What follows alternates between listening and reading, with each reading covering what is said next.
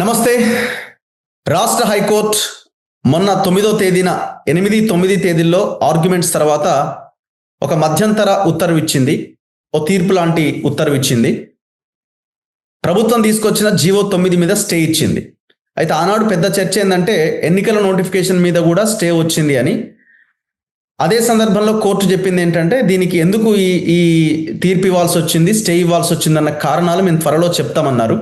అందులో భాగంగా నిన్న రాత్రి ఈ ఆర్డర్ కాపీని హైకోర్టు పబ్లిక్ డొమైన్లో పెట్టడం జరిగింది. అంటే ఆర్డర్ ఇవ్వడం జరిగింది. ఆ ఆర్డర్ కాపీలో ఏ అంశాలు ఉన్నాయి? ఒకటి, ఇవాళ పేపర్లో అయితే జీవో 9, జీవో 41, జీవో 42 పైన స్టే ఇచ్చింది, 6 వారాల గడువు. అండ్ రెండోది, ఎలక్షన్ నోటిఫికేషన్ మేము ఎక్కడ ఆపలేదు, ఎలక్షన్లు పెట్టుకోండి, పాత రిజర్వేషన్స్ పద్ధతిలో 50% మించకుండా రిజర్వేషన్స్ పెట్టండి అని చెప్పిందట. సో నా ముందు అడ్వకేట్ శరత్ గారు ఉన్నారు. డీటెయిల్డ్గా ఒక్కసారి మధ్యలో నా ఇంటరప్షన్ ఏం లేకుండా అసలు ఆర్డర్ కాపీలో ఏముంది అన్నది సార్ ఒక్కసారి డీటెయిల్గా ఎక్స్ప్లెయిన్ చేస్తారు. సార్ నమస్తే. నమస్కారం సార్. ఒక్కసారి నిన్న వచ్చిన ఆర్డర్ కాపీ ఎన్ని పేజీలు, అందులో ఏమున్నది, పేపర్లో వచ్చిన దానికి దాంట్లో వచ్చిన దానికి ఏమైనా తేడాలు ఉన్నాయా? ఒకటి రఘు, దాదాపుగా 30 పేజీల ఆర్డర్ ఇది. 30 పేజీల దాకా ఉందన్నమాట. దీంట్లో వాళ్ళు వివిధ అంశాలను ప్రస్తావించి ఎట్లా జిఓఎంఎస్ నెంబర్ 9 అనేది గతంలో సుప్రీంకోర్టు కృష్ణమూర్తి కేసులో, తర్వాత గవాలి కేసులో ఇచ్చిన తీర్పులకు విరుద్ధంగా ఉంది.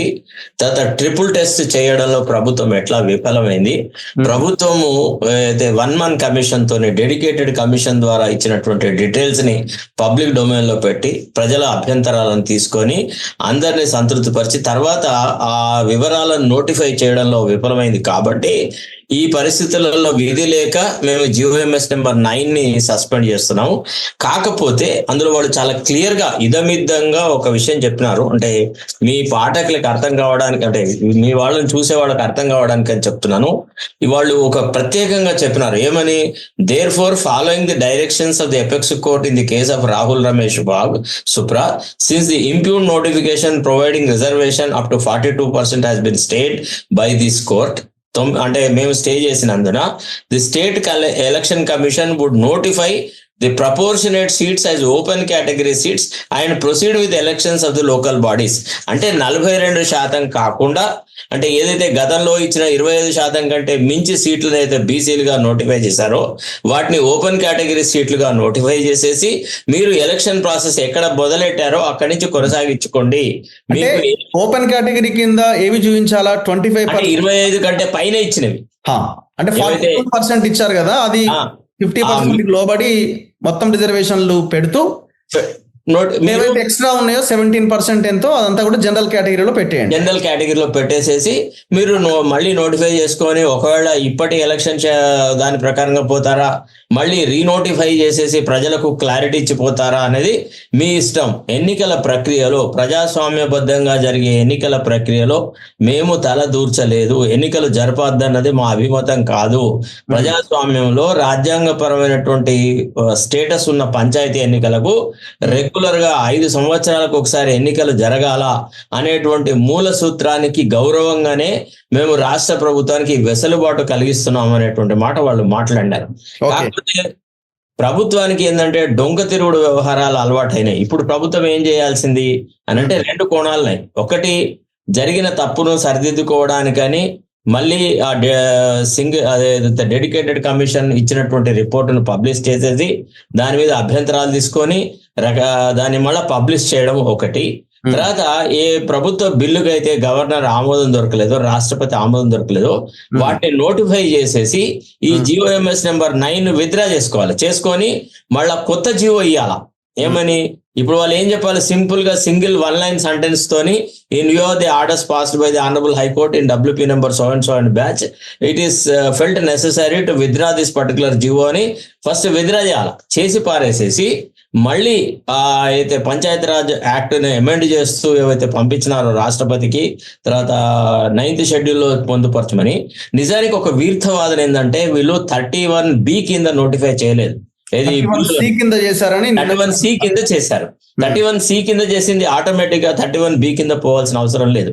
తర్వాత ఇంకొక అంశం ఏంటంటే 9th షెడ్యూల్లో చేర్పించినప్పటికీ వీటి మీద రాజ్యాంగపరమైనటువంటి చర్చ జరగదు అనేది ఏం లేదు.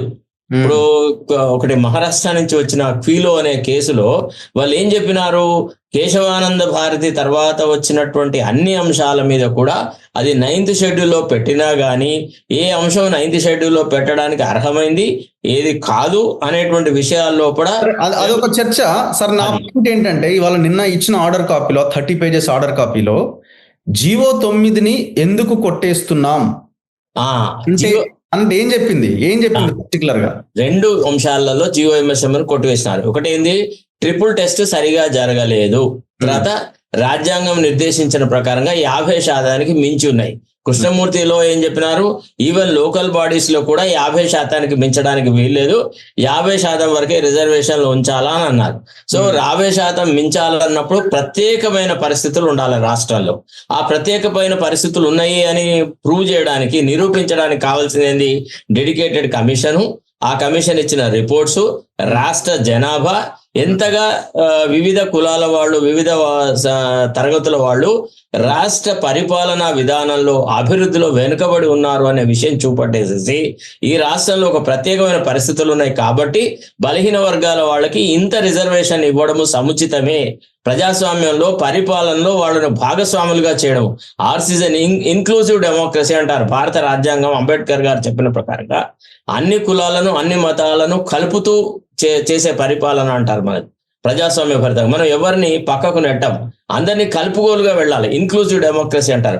కాబట్టి వీళ్ళందరికీ భాగస్వామ్యం కల్పించాలన్న ఒక ఉదాత్తమైన ఆలోచనతో ఈ రకమైన రిజర్వేషన్ 50% మించుతున్నాము అని జస్టిఫై చేసుకుంటూ ఒక జీవో ఇచ్చి ట్రిపుల్ టెస్ట్ మేము చేసాము అని వీళ్ళు అంటున్నారు. ఎట్లా ట్రిపుల్ టెస్ట్ పాస్ అయినామని చెప్తున్నారు అంటే ఇప్పుడు అభిషేక్ మను సింఘ్వి ఆర్గ్యుమెంట్స్ కూడా మీరు వినే ఉంటారు. సో బీసీలకు సంబంధించి మేము ఒక డెడికేటెడ్ కమిషన్ వేయాలని అండ్ ట్రిపుల్ టెస్ట్ లో ఉన్నది, మేము అది కమిషన్ వేసాం. ఆ రిపోర్ట్ చాలా ట్రాన్స్పరెంట్ గా బయటకు వచ్చింది, మాట్లాడినాము దాని మీద అంతా. దాని తర్వాత సర్వే అంటే కులగణన సర్వే చేశాము, బీసీల వెనుకబాటుతనాన్ని మేము నిరూపించాము అని. ఈ ట్రిపుల్ టెస్ట్ పాస్ అయినట్టు కాదా? ఇవి ఎందుకు కోర్టు పరిగణలోకి తీసుకోదండి? ఇప్పుడు ట్రిపుల్ టెస్ట్ చేసినప్పుడు మీరు ఆ పంచాయతీల వారీగా, జిల్లాల వారీగా, మండలాల వారిగా చేసినటువంటి వెనుకబాటుతనం మీద ఉన్న రిపోర్టు ఎవరికి అందుబాటులో ఉంచారు, ఎవరి సంతృప్తికి చూపెట్టినారు? మరి హైకోర్టులో ఆ రిపోర్టు వేసేసి ఇగో ఆ రిపోర్ట్ లో గీ యాంగిల్స్ లలో కూడా మేము జనగణన జరిపినాము, ఈ ప్రాంతాలలో గీ ఆధారాలతోని గీ కులాల వాళ్ళు, గీ మతాల వాళ్ళు, గీ వీళ్ళు సమాజంలో చాలా ఎడ్యుకేషనల్లీ తర్వాత సోషల్లీ బ్యాక్వర్డ్ ఉన్నారు అని చూపెట్టడానికి ఏదైనా ప్రయత్నం చేస్తున్నారా? చేయలేదు కదా. అసలు ఎవరికి తెలియకుండా దాన్ని అసలు 1-man కమిషన్ రిపోర్ట్ ను, డెడికేటెడ్ కమిషన్ రిపోర్ట్ ను పబ్లిక్లీ చేయాల్సిన అవసరమే లేదని అభిషేక్ మను సింఘ్వి గారు ఆర్గ్యూ చేస్తున్నారు.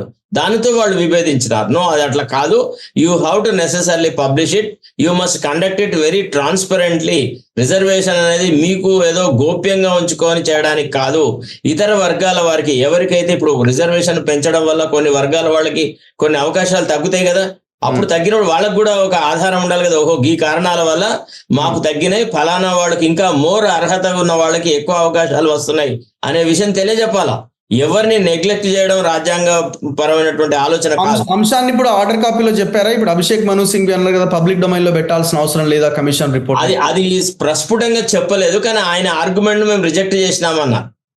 ఓకే, అంటే అభిషేక్ మను సింఘ్వి గారు ఆర్గ్యూ చేశారు, చాలా విషయాలు చెప్పారు. ఇది ఇంటరిమ్ డైరెక్షన్ అయినందున మెరిట్స్ లోకి ఎక్కువగా పోరు, ఫలానా వాదన తప్పు, ఫలానా వాదన అని చెప్పకుండా ఈ కారణాలతో GOMS నెంబర్ 9ని మేము సస్పెండ్ చేస్తాము అని అన్నారు తప్ప ఆయన వాదన తప్పు అని అంటే మళ్ళా కోర్టు ఈ కేసులో తదుపరి విచారణ మీద, తుది విచారణ మీద దాని ప్రభావం చూపడుతుంది. కాబట్టి కొన్ని న్యాయ సూత్రాలకు అనుగుణంగా వాళ్ళు కొన్ని మెరిట్స్ మీద కామెంట్ చేయకుండా ఇప్పుడు ఎలక్షన్స్ కి వెళ్ళాలి అంటే సేమ్ నోటిఫికేషన్ మీద వెళ్ళడానికి అవకాశం ఉందా? నోటిఫికేషన్ ఇంకోటి ఇవ్వాల్సిన అవసరం ఉందా? డెఫినెట్లీ ఇంకోటి ఇవ్వాల్సిన అవకాశం ఉంటుంది. ఈ నోటిఫికేషన్ పనికి రాదు, ఎందుకంటే మళ్ళీ ఇప్పుడు సీట్లను రీనోటిఫై చేయాలి కదా. అవునవును, ఇచ్చిన ఆల్రెడీ నోటిఫికేషన్ లో 42 చేంజ్ అయిపోతాయి కదా, పాత చేంజ్ అయిపోతాయి. తర్వాత సిస్టమ్ మారిపోతుంది. అంత అంటే కరెక్షన్స్ ఎక్కువ ఉంటాయి అన్నమాట. ఈ నోటిఫికేషన్ కరెక్షన్ చేయాలంటే బెస్ట్ థింగ్ ఏంటంటే అది విత్డ్రా చేసి పారేసేసి ఇక కోర్టు ఆదేశాల మేరకు ఈ రకంగా చేస్తున్నామని చెప్పడం ఒక విధానము.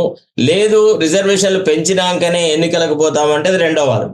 కానీ ఈ రెండింటి కాకుండా ఆల్రెడీ హైకోర్టు యొక్క ఆర్డర్ మీద సుప్రీంకోర్టులో స్పెషల్ లీవ్ వేయడానికి రాష్ట్ర ప్రభుత్వం ముందు చూపుగా already advocate general special leave కి రెడీ ఉన్నారు. వాళ్ళు ఆల్రెడీ కేవీటీ వేసి పెట్టిర్రు. కేసు పెట్టిండ్రు, వీళ్ళు పోయినారు ఆల్రెడీ. అడ్వకేట్ జనరల్ ఆల్రెడీ ఢిల్లీకి వెళ్ళిపోయినారు. Okay okay. వాళ్ళు అక్కడే ఉన్నట్టుగా మనకు సమాచారం. అంటే ఈ రోజు వాళ్ళు స్పెషల్ లీవ్ తయారు చేసేసి ఇప్పుడు రెడ్డి జాగృతి వాళ్ళు పిటిషన్ వేసినప్పుడు సార్ ఆల్రెడీ అక్టోబర్ 8వ తేదీకి వాయిదా పడి అక్కడ కోర్టులో విచారణలో ఉంది కదా, ఇక్కడికి ఎందుకు వచ్చారని సుప్రీంకోర్టు వాళ్ళ పిటిషన్ కొట్టేసింది. అవును, స్పెషల్ లీవ్ పిటిషన్ రెడ్డి జాగృతి వాళ్ళది. అవును. ఇప్పుడు గవర్నమెంట్ ఇప్పుడు వచ్చిన ఆర్డర్ మీద సుప్రీంకోర్టుకి వెళ్తున్నది. అవును, సేమ్ అదే జరిగే అవకాశం ఉందా అంటే మీ అంచనా ప్రకారం? జనరల్ గా సుప్రీంకోర్టు సిద్ధాంతాల ప్రకారం ఏంటంటే ఒక మధ్యంతర ఉత్తర్వుల మీద సుప్రీంకోర్టుకు పోయే అర్హత తక్కువ. ఏదో ఒక విపత్కరమైన పరిస్థితులలో ఉంటే తప్ప మధ్యంతర ఉత్తర్వుల మీద సుప్రీంకోర్టు ఇంటర్ఫియర్ కాదు. ఏమంటది? నో, మీరు ఫైనల్ గా తేల్చుకోండి హైకోర్టులో.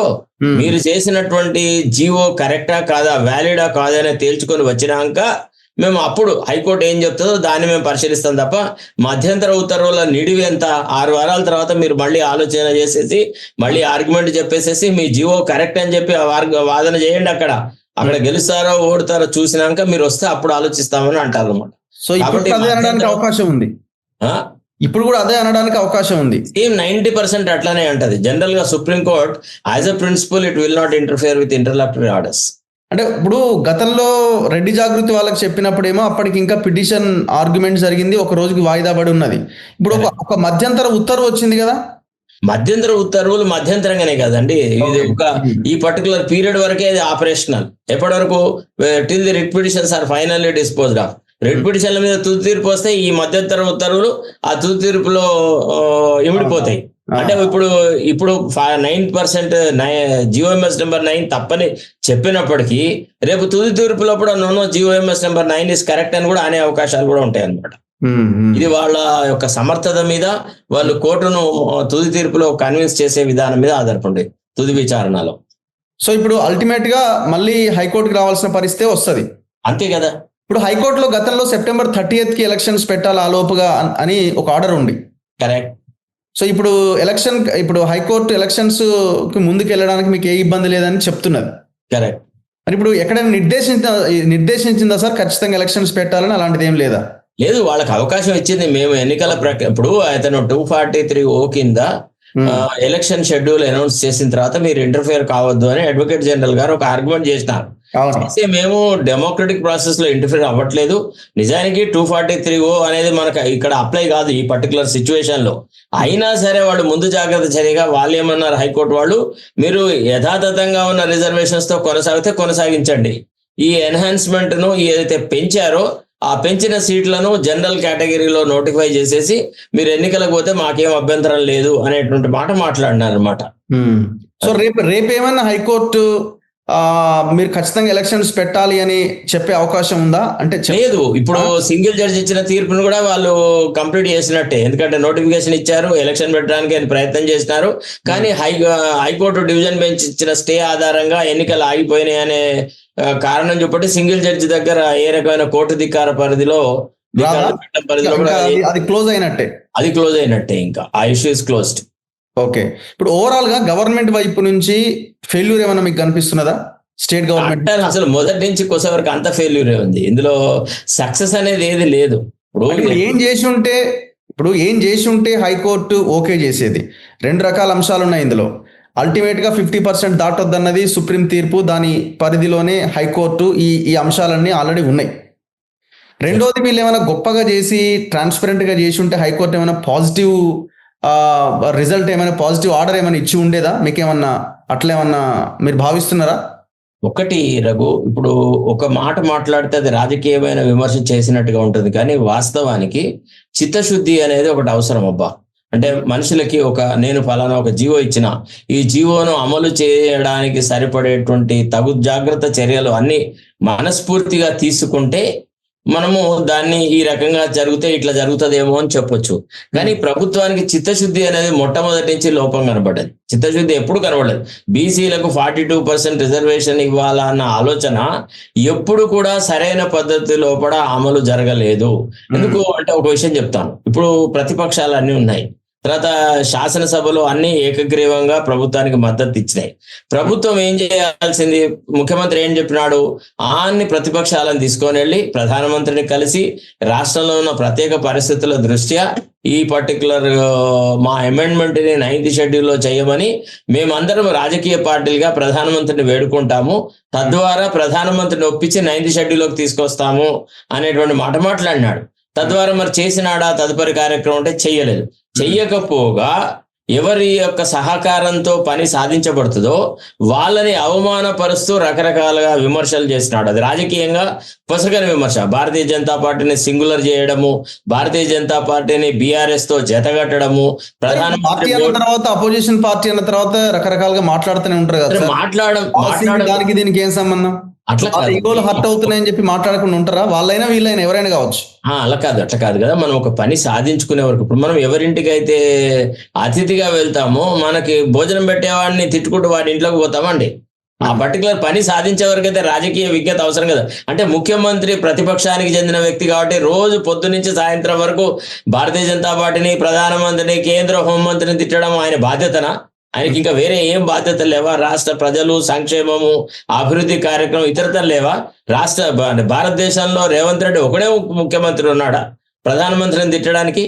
ఇప్పుడు ప్రధానమంత్రిని తిట్టడానికి ఈయన ప్రతిపక్ష నాయకుడు హోదాలో కాంగ్రెస్ పార్టీకి సంబంధించిన రాహుల్ గాంధీ ఉన్నారు కదా. ఈయన తనకు లేని బాధ్యత నెత్తి మీద వేసుకొని రాహుల్ గాంధీ సంతృప్తి కోసమని ప్రతిసారి మోడీ మీద, మోడీ ప్రభుత్వం మీద, మోడీ యొక్క బీసీనా కాదా, ఇవి ఇప్పుడు అసంబద్ధమైనటువంటి వాదనలు చేస్తూ వచ్చినాడు. రాష్ట్ర ప్రజల విషయంలో, రాష్ట్ర ప్రయోజనాల విషయాల్లో కొన్నిసార్లు మౌనంగా ఉండడము, విమర్శించకపోవడానికి తేడా లేదా? మౌనంగా ఉండొచ్చు కదా కొన్ని సందర్భాలు. ఇప్పుడు అవసరం ఉన్నా లేకున్నా నా భేదాభిప్రాయం రోజు వలవేయాలా?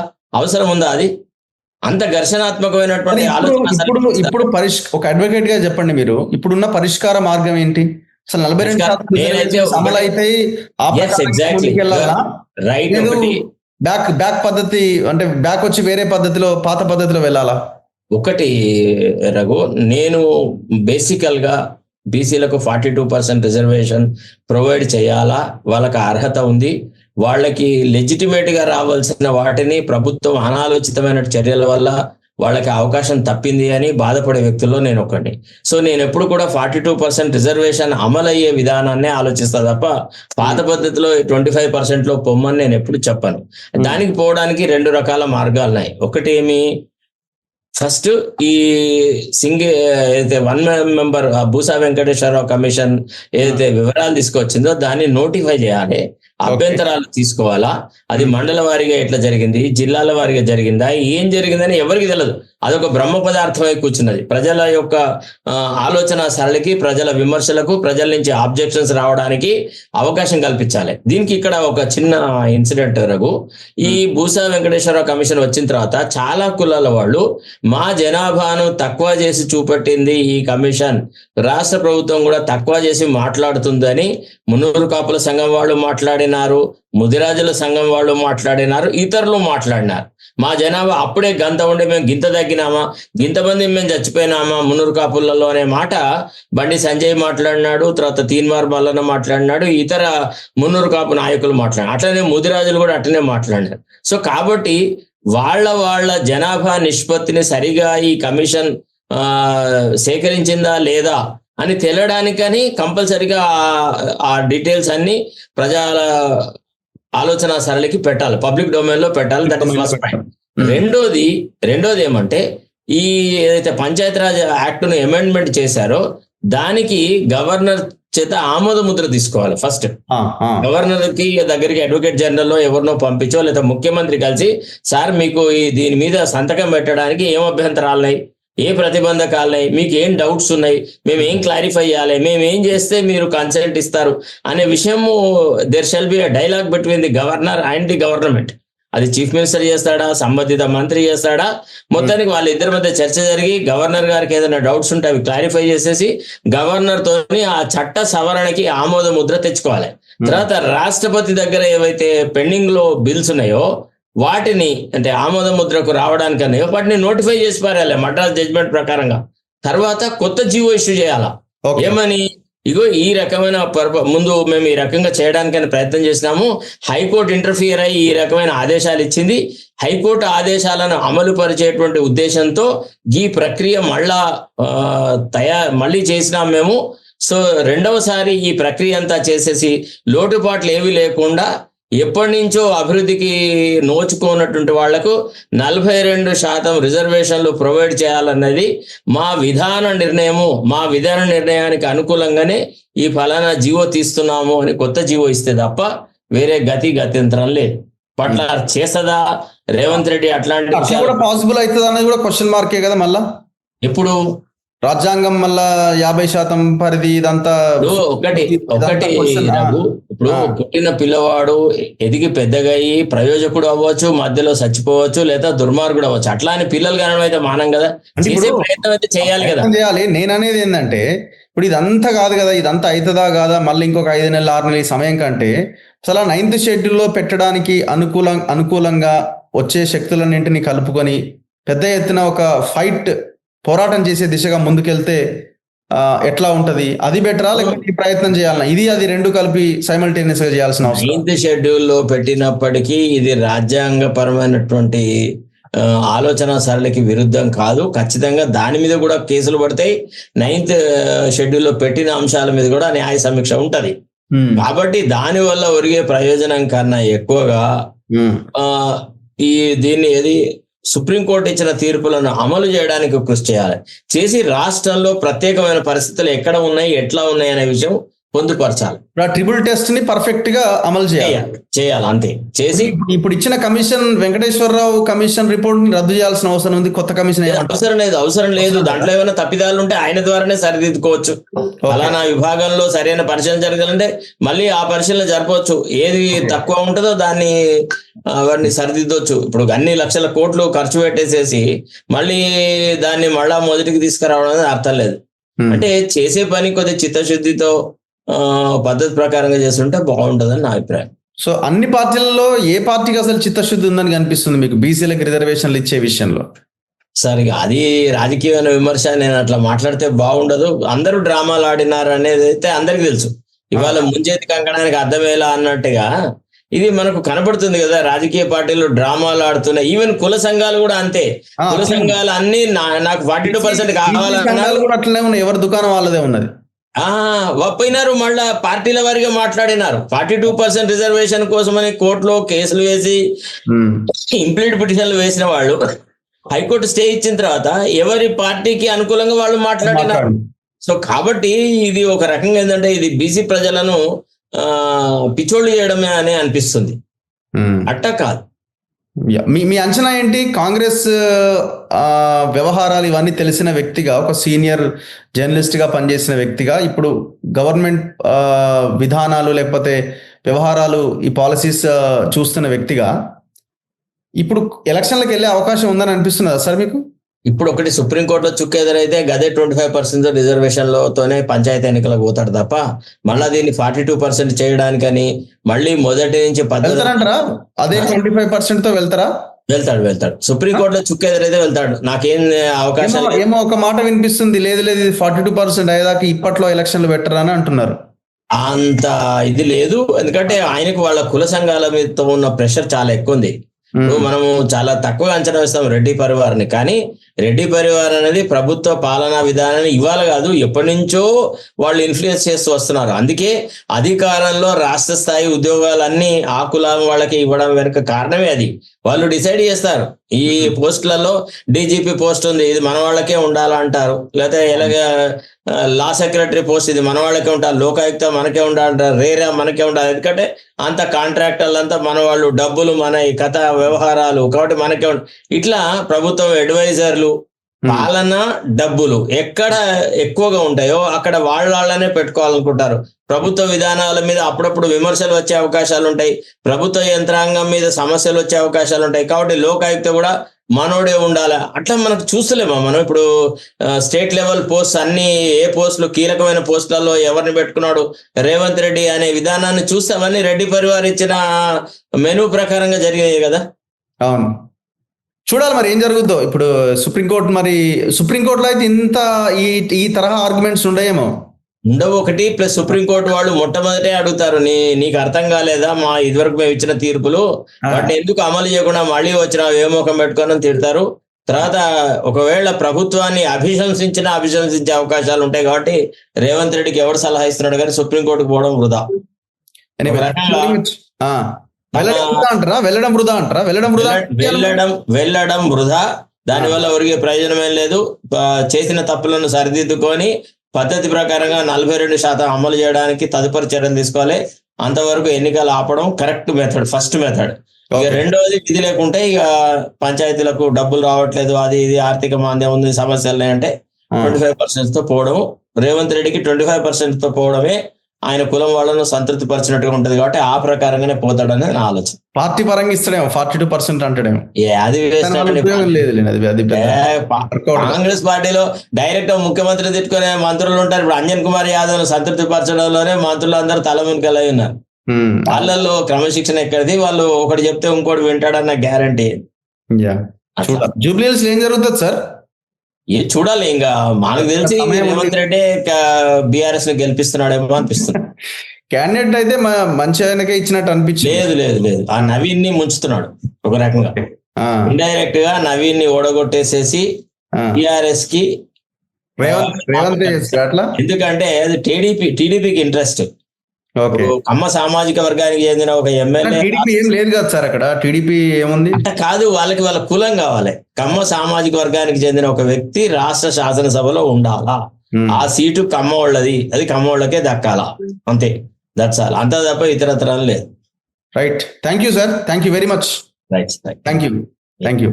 సో ఇది శరత్ కుమార్ సార్ తో స్పెషల్ ఇంటర్వ్యూ. చూద్దాం మరి సుప్రీంకోర్టు ఏం చెప్తుంది, ఆ తర్వాత మళ్ళీ డెసిషన్ ప్రభుత్వం ఏం తీసుకుంటుందని. చూస్తూనే ఉండండి మన తొలి వెలుగు.